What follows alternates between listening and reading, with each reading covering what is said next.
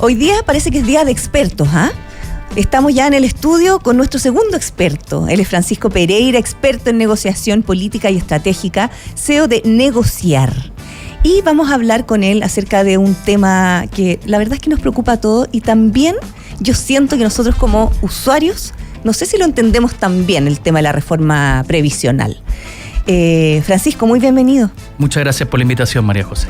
Oye, bueno, lo primero, reforma previsional, hablemos como desde el principio. ¿Qué significa esta reforma previsional? Así en palabras simples. A ver, te voy a dar el contexto político general primero, Ya. ¿ok?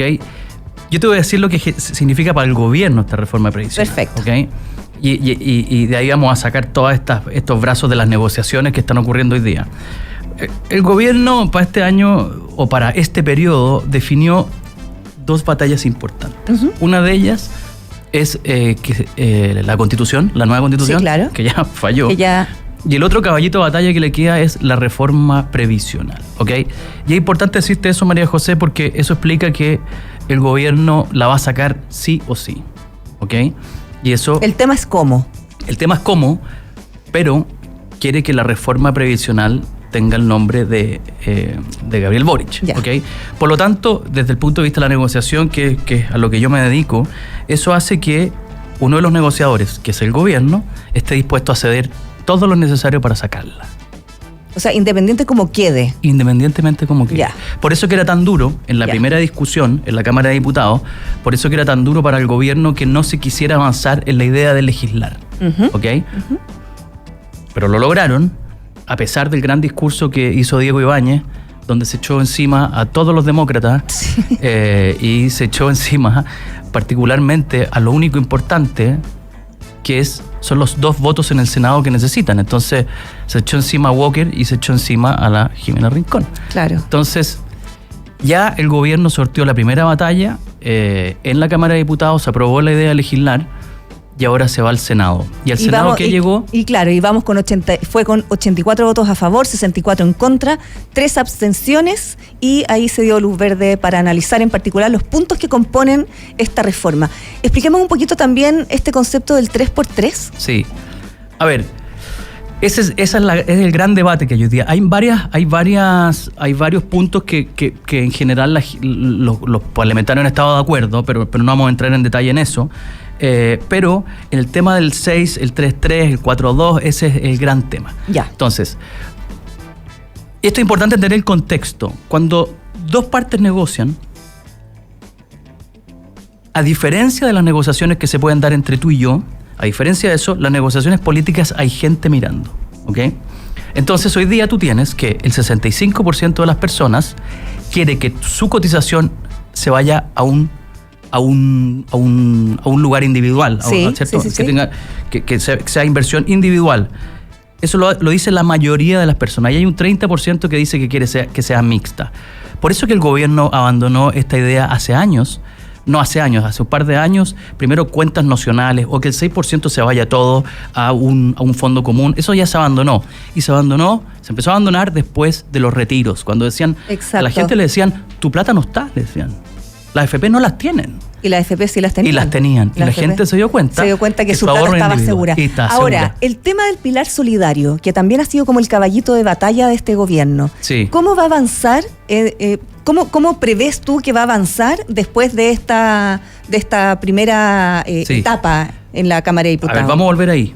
No se me va a olvidar eso. Ya, lo voy a tener ahí. dale. No, sí, estamos. Ya. Entonces, lo que el gobierno planteó y el argumento que usa para que se le apruebe el 3-3, ¿qué es el 3-3 para los que nos están escuchando? Que un 3% se vaya a tu capitalización individual y que un 3% se vaya a un fondo común, ¿cierto? Donde operaría ahí una lógica de reparto, ¿vale? Entonces, el gobierno dice, pero si el propio Piñera presentó un proyecto de ley y estaban todos de acuerdo en el 3-3, ¿por qué ahora? Políticos. Pero en esa época, María José, no estaba la PGU. Claro, no estaba la pensión garantizada universal. No estaba la pensión garantizada universal. Entonces, ¿cuál es el debate? ¿Qué es lo que dice la oposición? La oposición dice, miren, el 65% de las personas quieren que su 6% se vaya solo para ellos. Eso dice. Y no hay nada menos solidario, por eso que no les gusta esta división, no hay nada menos solidario que los que trabajan para solventar este sistema. Claro, entonces dice que lo más justo y lo más solidario es que con la PGU, que se paga a través de los impuestos, ¿sí? Dice, el que no tiene dinero para solventar su vida, bueno, ayudémoslo, pero ayudémoslo entre todos a través de impuestos generales, que eso básicamente es la PGU. Entonces dice, agrandemos la PGU, hagamos que llegue más gente, pero no avalemos un sistema injusto, eso es lo que dice la oposición, que es que se vaya este 3% a un fondo común, ¿ok? Bueno, ¿qué pasó en la Cámara de Diputados? Ni siquiera se aprobó la idea de la forma de repartir, ni siquiera no se aprobó eso, y pasó al Senado. Y eso es lo que se ha dicho, que al Senado pasó el cascarón, pasó el puro título de la reforma previsional, cosa que es cierta, ¿ok? Ya. Y en el Senado se va a dar el debate de qué va a pasar con esa distribución. Y lo que va a pasar, creo yo, porque en el Senado el gobierno no tiene los votos, no los tiene, en el Senado se supone que 25-25, ¿ok? Pero Jimena Rincón y Walker no están con el gobierno, por lo tanto, en verdad están en 27-23. Claro. Y ellos dos van a ser las bisagras para definir qué se va a aprobar y qué no se va a aprobar. Y lo que ha dicho Demócratas, básicamente, es que ellos quieren proponer un 4-2. Es decir, que un 4 se vaya a tu cuenta individual y un 2%, incluso se ha dicho un 4,2 a tu cuenta individual, ¿ya? Y un 1,8 a una especie de fondo común. Ya, pero en el fondo ahí va a haber un tira y afloje, van a ser como sí, esas típicas peleas pequeñeces para ver quién gana el gallito. Hay algunos que llaman esas peleas, no sé si alguna vez fuiste al circo y los payasos, como sí, no digo que lo sean, no quiero decir eso, pero como que se pegaban. Eso es discutible. Es que eso es discutible. ¿Te acordás que hacían como que peleaban y se pegaban, claro, y pegaban con una cacheta? manopla. Sí, y hacían acá abajo. Sí. Bueno, eso pasa en la política en general, que se llegan a acuerdos, estas cocinas que se dice que son acuerdos que se llegan fuera del debate público. Claro. Y se ponen de acuerdo para decir, mira, yo, María José, voy a salir a decir esto, tú vas a salir a decir esto, nos vamos a pegar un poco y va a llegar a un acuerdo. Yo creo que de todas maneras van a llegar a un acuerdo. ¿Por qué? Porque de todas maneras la oposición tiene una presión de la gente a llegar a un acuerdo, porque se necesita una reforma previsional. O sea, de todas maneras. Esa es la única presión que tiene la oposición a llegar a un acuerdo, porque las personas negocian cuando tienen incentivos determinados. Si no tienes incentivo determinado, no negocias. Entonces hoy día sí la oposición tiene un incentivo a negociar, que es que no quede instalada la idea de que ellos fueron obstruccionistas. Esta reforma previsional se viene discutiendo hace muchos años, más de 10 años. Hace muchos años, y tenemos otro elemento ya. Nosotros somos un país que estamos envejeciendo a pasos agigantados. Y no sé si va a alcanzar la plata, el presupuesto para poder entregar esas pensiones a toda la población mayor de jubilados de 60 a 65 hacia arriba, con esta expectativa de vida más encima, que ya está por sobre los 80 años. Sí. Por eso mismo, María José, es que, y aquí voy a hacer un comentario de la reforma, por eso mismo que un sistema de reparto es insostenible, cuando más gente vive más, y qué lindo que viva más, pero se te produce un problema. Sí, claro, pero ¿quién va a solventar? ¿Y quién solventa eso? Que es lo que se llama que la pirámide se empieza a dar vuelta. Los que cotizan empiezan a hacer igual o incluso menos de los que están recibiendo pensiones. Por eso que un sistema de reparto puramente... Claro, no va a funcionar. Incluso con ese 2%... No sé, es medio insostenible, por los números, el puro número. Sí, bueno, y por otro lado, es que este tema tiene tantas aristas, siento yo, que es difícil en una sola entrevista tomarlo todo, porque, por ejemplo, ¿qué hacemos con la informalidad, con los trabajos informales? Claro. Que cada vez que han ido subiendo en los últimos años. Claro. Por lo tanto, esas personas no cotizan, o cotizan muy poco. O sea, no cotizan. No cotizan, y después igual van a acceder a esta... PGU. Claro, por lo tanto hay un desincentivo a las personas a cotizar. El que se formaliza no tiene un incentivo, y las personas se mueven por incentivos. Esa es la lógica de las personas, no se mueven por altruismo, lo siento, es la realidad de la vida. Las personas van viendo qué incentivos tienen y según el incentivo que tengan van avanzando, y hay que poner los incentivos correctos. Lo que no creo que ha pasado, María José, que es muy loco, que es que el gobierno trató de instalar la idea, y no sé si lo puedes ver en cada discurso, tú escuchas a la ministra Jara y lo ves ahí, tratar de poner a la oposición en la defensa de la AFP, que es como, esa es como la batalla retórica, es, bueno, le preguntan a la gente que está viendo la tele, la radio, dice la ministra, dice, bueno, la gente se tiene que preguntar si está de acuerdo con lo que hacen las AFP, para instalar la idea que esto es AFP versus no AFP. Exacto. Pero Exacto. Además cuando hay la batalla técnica. Claro, pero lo que decías tú, que yo creo que un amplio porcentaje de la población se dio cuenta con los retiros que esa plata que había cotizado les pertenece. Les pertenece. Y estaba. Y además que o sea, es rentable. Uno puede discutir otras cosas, pero no sé si leíste el domingo la columna de Óscar Landerreche, no. en La Tercera. Me gusta Óscar Landerreche. Sí, y que de hecho se ve, la columna se llama Sin vender la pomada.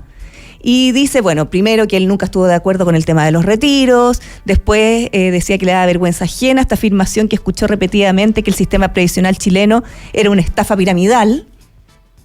Óscar Landerreche. Claro. Tercero, también, no está de acuerdo con la afirmación que las AFP han tenido un mal desempeño histórico en la administración de los fondos. Nos dimos cuenta que tampoco era así. Cuarto, tampoco está de acuerdo con la afirmación de que el sistema previsional chileno es simplemente un sistema de cuentas individuales. No lo es. Entonces ahí, pero fue súper claro, 1, 2, 3, 4. Y alguien de izquierda, y te lo dice alguien de izquierda. Por eso te digo. De centro izquierda, además muy brillante. Sí, y Óscar Landerreche a mí me parece, además, bueno, una persona de centro izquierda, pero que siempre ha estado como en un área que apela a la discusión. Totalmente. Que apela a los consensos. Habla desde un buen lugar. Exacto. No solo intelectualmente, que es muy brillante, sino que siempre los debates los trata de poner en altura. Los pone en altura. Y de hecho, para que veas, bueno, yo lo leí en La Tercera, pero después Ignacio Briones, en la plataforma X, lo retuiteó. Claro. Y dijo como brillante la columna que se mandó Óscar Landerreche. Además valiente. Cuando uno analiza una comisión que encargó la presidenta Bachelet, no me acuerdo en qué año fue esto, debe haber sido antes del segundo gobierno Piñera, la comisión Bravo, ¿no? David Bravo, la comisión previsional. Sí. Ahí te decía todas las conclusiones de lo que había que hacer. Y ni una de las conclusiones de lo que había que hacer es lo que se propuso después. O sea, la comisión Bravo era gente de izquierda y de derecha. Tal cual. Gente técnica, que te dicen lo que hay que hacer. Y el gobierno presenta un proyecto de ley con cuentas nocionales, con todo lo que no hay que hacer. Entonces, yo estoy contento desde un cierto punto de vista. Hoy día se está dando un debate más técnico y la gente está un poquito más abierta a entender y no comprarse eslogan. Cuando te dicen que las AFP son ineficientes en generar rentabilidad, el que te diga eso es o un ignorante o es un mentiroso. Porque de cada 100 pesos que tienes tú en la cuenta de la AFP, 70 los puso la AFP. Y creo que hasta 80. Lo puso la AFP con la rentabilidad de tus propios fondos, no te los regaló, obvio. Pero sí lo hace bien. Entonces, cuando tú tienes políticos diciendo que no genera rentabilidad, o son ignorantes o son mentirosos. Claro, bueno, yo de verdad te aconsejo que veas esa columna. Lo voy a leer. Y a nuestros auditores también. Ahí hay una visión, yo creo que es bien interesante, además que es muy clara, punto 1, punto 2, punto 3. Estamos conversando con Francisco Pereira, experto en negociación política y estratégica, CEO de Negociar. Oye, me enteré que tú tienes un podcast. Sí. Que se llama No Negociable. Sí. ¿Cómo nace este podcast y de qué se trata? Buena pregunta. A ver, este podcast entrevisto a CEOs de compañías, a directores de empresas, gente que está sentada en directorio, y a dueños de compañía, y les pregunto básicamente cómo llegaron ahí. ¿Ya? ¿Okay? Porque uno siempre dice, obvio que llegó por pitutos, obvio que no sé qué, y todos ellos tienen una historia, y fueron tomando decisiones en su vida que fueron no negociables, ¿ok? Entonces yo le pregunto al CEO de una gran compañía, le digo, por ejemplo, ¿tú cómo identificas que un ejecutivo es un buen ejecutivo? ¿Qué ves? Y te dicen respuestas que no... Por ejemplo, hay unos que me dicen que me lleve la contra con un argumento, o que no titubee, o que me mire a los ojos. Hay uno que me dijo que me mire a los ojos. Entonces, ¿por qué creé este podcast? Porque yo provengo de una familia clase media, yo nací en San Bernardo, que es una comuna clase media, Y yo decía, si yo tuviera acceso a estos diálogos, porque mis tíos no eran CEOs de nada, mi papá no... Si yo hubiera tenido acceso a estos diálogos para conocer los criterios de gente como esta, quizás habría llegado más lejos. Entonces, lo pensé así, lo pensé para que un joven en Renca, un joven en Quinta Normal, esté mirando este podcast y sepa cómo piensa una de estas personas y se dé cuenta que no piensan tan distinto, que es que eso son ciertos criterios. Eso es, sabes que, bueno, tú sabes que es programa de emprendimiento y nosotros cuando entrevistamos a emprendedores que ya están como en otra, no sé, pues el de Carún, Notuco, Wild Lama, Green Glass, que uno los ve y los jóvenes los ven y dicen, ya, pero es que ellos la hicieron. La hicieron. O sea, imagínate, tienen una marca súper hondera, trabajan en lo que quieren. O sea, las historias de ellos son realmente, por ejemplo, el de Green Glass, a mí me impactó, porque él hizo esta idea, él la creó en primer año de universidad. Mira. En una universidad que no voy a decir. Y lo reprobaron. Porque dijeron, esto no es un negocio, como partir botellas para hacer vasos, ¿cómo se te ocurre? Bueno, lo reprobaron, después reprobó otro ramo, lo echaron de la universidad y se fue a la Chile. Y Green Glass ahora es una de las empresas más interesantes que tenemos en nuestro país. Entonces, es importante saber el camino. Que han recorrido los emprendedores, los empresarios, los CEO. Sí. Cuando uno dice CEO es como... Claro. Porque estuvieran hablando del Mago de Oz, es como lejano. Entonces, qué interesante que el podcast también lo bajes. Mira, María José, solo piensa que mi primera pregunta es ¿cómo te iba en el colegio? Y de ahí llegamos hasta... ¿Y por qué elegiste estudiar esto? ¿Y cuántos de esos te dijeron me iba pésimo? Menos de los que yo pensaba. Y los que les iba mal en el colegio, en la universidad se pusieron las pilas. Ya. Pero lo lindo son los criterios que tienen. Eso es lo más entretenido del podcast. Búsquelo en YouTube o en Spotify. No negociable. No negociable, Francisco Pereira. Yo lo voy a buscar y lo voy a escuchar. Y hay historias buenas. Yo no le pregunto nada técnico, no le pregunto la vida, no le pregunto esas cosas. Le pregunto, ¿qué le dirías a la María José de 15 años? Y ahí ellos piensan y se emocionan. Hasta yo me emociono muchas veces. Sí, claro. Sí. Bueno, esa es la gracia también de saber cómo las historias humanas. Sí, finalmente. Siempre hay las historias... Nada es por arte de magia. Si nos están escuchando ahora emprendedores, les recomiendo que me sigan en Instagram, negociar. Usted pone negociar y subo videos todos los días. Eso necesito yo, negociar. Métete ahí, negociar, @negociar, y se meten ahí y subo videos. ¿Hacen mentorías también? Cada vez menos. ¿Sí? Sí, cada vez menos. Negociar, aquí está. Cada vez menos. Pero... Negociar. 123.000 seguidores tienes. Sí. Pero figura pública, me sale al tiro. Son puros bots. No, son de verdad. Y ahí subo videos, María José, casi todos los días genial. De negociación. Y hay gente que va entrando a una reunión, ve uno de mis videos y después escribe, iba entrando a una reunión y me pareciste. Mira, justo hoy día, antes de venir a la radio, tenía una reunión con uno de los auspiciadores. Debería haber sabido esto antes. Pero bueno. Pero ahora vaya a poder estar preparada para la siguiente. Tal cual. Hoy, Francisco Pereira, experto en negociación política y estratégica, CEO de Negociar, con su podcast también No Negociable y su Instagram Negociar. La está rompiendo en múltiples plataformas. Muchas gracias por habernos acompañado hoy día. De verdad que el tema de la reforma previsional es algo que yo creo que no podemos soltarlo. No. Tenemos que instalar el tema, tenemos que informar. Nosotros como medios de comunicación tenemos una gran responsabilidad ahí también. María José, ¿tú piensas que hace 3 años atrás tú le preguntabas en la calle a las personas quién le paga las pensiones? El 80% creía que el Estado le pagaba la pensión. Claro. No sabían que ellos estaban ahorrando una feria. Y si efectivamente quieres ser parte del No Más AFP, infórmate. Porque a raíz del No Más AFP sale el Con Mi Plata No. Sí. También, entonces... No sé dónde está Luis Mesina, no lo veo hace rato, al dirigente. Están todos callados. Callado que el loro, como dijo otra diputada por ahí. Muchas gracias, Francisco Pereira, por acompañarnos hoy día. Oye, y otra cosa que también da herramientas a los emprendedores y a los empresarios es Transbank. Porque Transbank da herramientas a los proyectos que cambian vidas día a día y contamos con que cada uno tiene el potencial de crear un impacto significativo en nuestra sociedad. Entra a transbank.cl y encuentra las soluciones que mejor se ajusten a tu proyecto. Transbank, apoyando negocios. Nos vamos a una pausa. Ya volvemos con mucho más Emprender es Clave. Un espacio para la innovación, las ideas y el emprendimiento. Estamos presentando Emprender es Clave. Disfruta Marley Coffee.